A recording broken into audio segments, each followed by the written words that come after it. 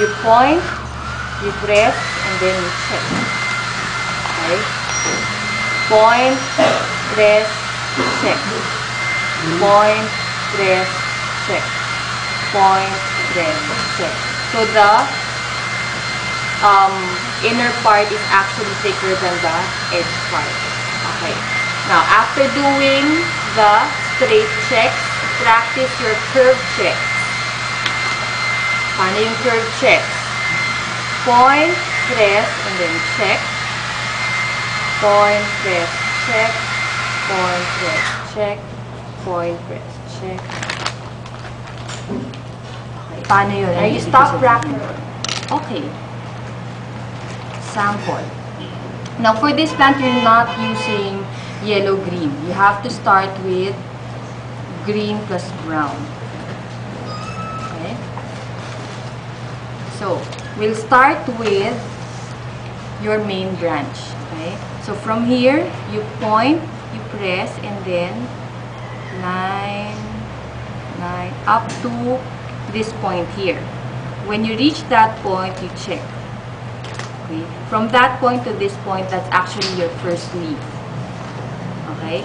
Now, you let that dry first before you do the rest of the leaves. Now, I'm going to be using a smaller press, and then I check.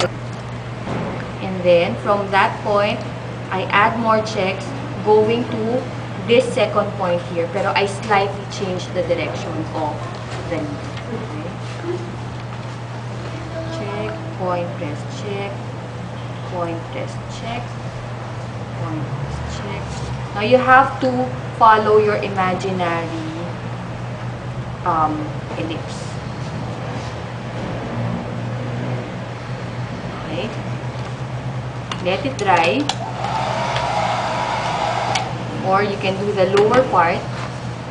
Now, when you're doing the lower part, it's the same procedure, but the angles go downward. Okay. Point, press, check. Point, press, check. Point, press, check. Point, press, check. Now, when you're doing the checking, it's okay that your leaves are overlapping. Diba? Some of them should overlap. Okay? And then you let it dry. Do the other side. So here, you point, you press, and then you check again. Point, press, check.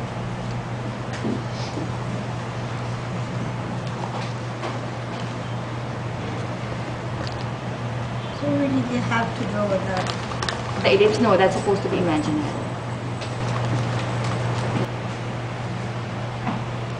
A point, I press, and then I follow the line that I drew. And check. Okay. Now, again, study that line. Divide into half, and then 1/4. Diba? So, ibig sabihin, the turning point is here. Okay? The front is up to here. Okay? So, using again a smaller brush, from the half point, I press, and then I check downward. Yes.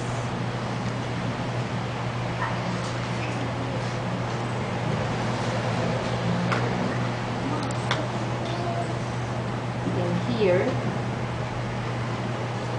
I change the direction.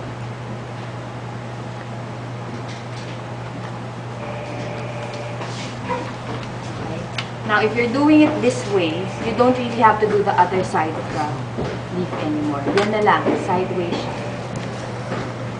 Okay? You let it dry. If you want to add more depth to parang your half drawing. lang yan, ma'am. Oo, parang half lang. Parang shadow.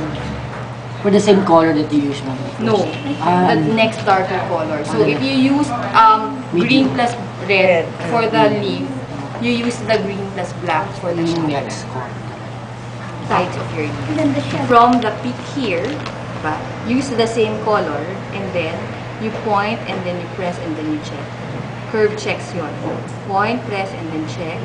And then slightly differ the direction while you're going downward. And you have your first side. Now, the other side, would be, again, from that center, you point, you press, and then check. Point, press, check. Point, press, check.